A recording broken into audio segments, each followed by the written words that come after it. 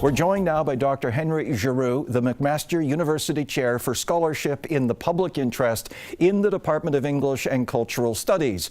And we should point out, an American by birth, Rhode Island, correct? Yes, yes. Welcome to the show. Oh, thank you.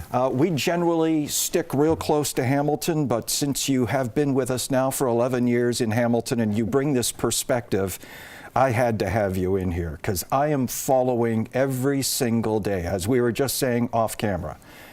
This new president makes people want to pay attention, probably for the wrong reasons, but we're paying attention. Yeah. He is a classic manipulator. Yeah. This whole Twitter world, Twitter's only 10 years old for crying out loud, but the Donald has figured out Twitter, and he has world leaders responding to him on Twitter and about his thoughts. It's just incredible. So as a news person, I go, oh, this is going to be an amazing 4 years. But you have concerns. That's why you're here, because when I saw this op-ed piece in The Spectator, revisiting Orwell's 1984 in Trump's America, struck me. There's a chord there. Yeah. I read the book a long time ago in my youth, and I don't remember everything about that book, but I thought how prescient the book was for a gentleman writing in, what, 47 and 48 when it was published. Tell me, how did you get to this paragraph in your thinking? In this amalgam of Trump's blatant contempt for the truth, his willingness to embrace a blend of taunts and threats in his inaugural address, and his eagerness to enact a surge of repressive executive orders, the ghost of fascism reasserts itself with a familiar blend of fear and revenge. Yeah, that's pretty strong stuff. You know, it's strong stuff, but I think in many ways it speaks to a very dangerous situation. I mean, I think that what you see in Trump is an echo of the style and the language of dictators that we saw in the 1930s and later in the 1970s, whether we're talking about Mussolini or we're talking about Hitler or we're talking about Pinochet. I mean, it seems to me that what Trump is he's a great tragedy for American democracy, and he's a triumph for the extreme right.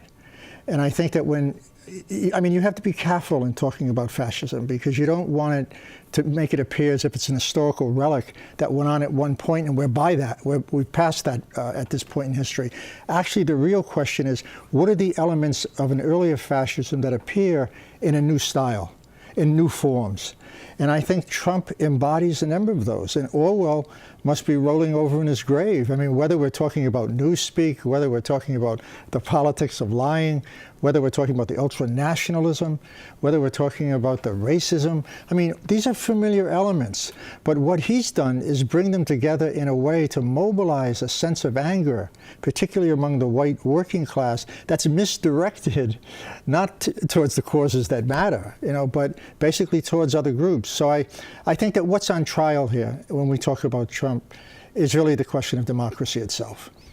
When you talk about signs of fascism, I was immediately thinking of the yes people that he has surrounded himself with. The vice president is a tremendous apologist for what Donald Trump says and does. Steve Bannon, he refers to himself as Darth Vader. You've referred to him as Joseph Goebbels, but fascism needs yes people. Yes. Benito Mussolini needed yes people. Hitler needed yes people. I'm looking at this group from the general and his comments last week to Bannon. He has a group of yes people around him, which is truly what frightens me. Who will say, Mr. President, no, you can't do that? He lives in a bubble. I mean, he's a narcissist who refuses to deal with any opinion that's different from his own. So it's really not surprising that he's surrounding himself with militarists, billionaires, incompetents, and in some ways civic illiterates, who basically reinforce endlessly or apologize endlessly for his lies. I mean, you have the person who represents him in the media, I forgot his name, Sean, whatever his name. Spicer. Yes. I mean, this guy is incredible. I mean, this guy actually lies in defense of Trump.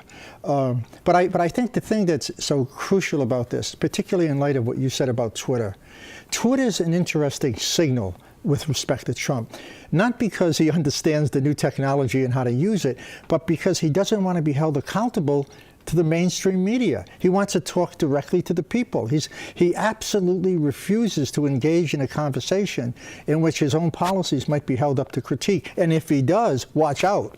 Then all of a sudden you become a subject of criticism on his Twitter account, which is a little scary because he has 40 million people following him, and some of them are really quite desperate and quite angry, and often act on those Twitter responses in ways to intimidate people that he's talking about.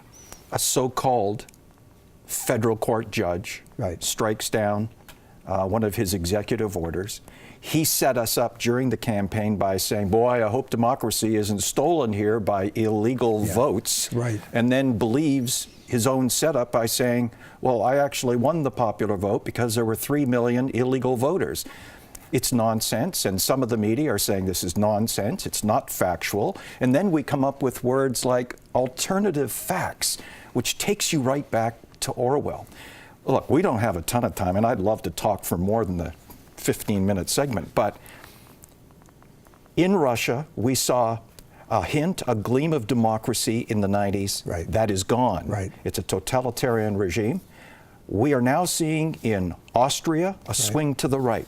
Marine Le Pen has a tremendous opportunity to swing France to the right, bring back the franc, get out of NATO, get out of the European Union. And what's it based on? Globalization, whatever that is, and immigration. I fear, as you've said right off the top, this is not a relic. This stuff repeats itself. That's what history is about. And are we paying enough attention to what's going on? No, I think when you live in a society dominated by what I would call a celebrity culture, a culture that trivializes and infantilizes almost everything and has enormous power. I mean, it conferred enormous power on his candidacy. When you have schools that are teaching to the test and not teaching students how to think critically, when you have, in a sense, a rabid, almost rabid anti-intellectualism, so different from Canada, actually, to be honest with you. You know, my students are smart. I mean, you have an amalgamation of elements coming together that eliminate the formative culture that make a democracy possible. You cannot have a democracy if you don't have informed citizens. And when you build a democracy around shared fears, bigotry, racism, a disdain for the other, and an inability to, in a sense, engage in constructive dialogue, to understand at the very least the limits of your own discourse, you're in trouble. All the elements are in place for what Hannah Arendt once called dark times.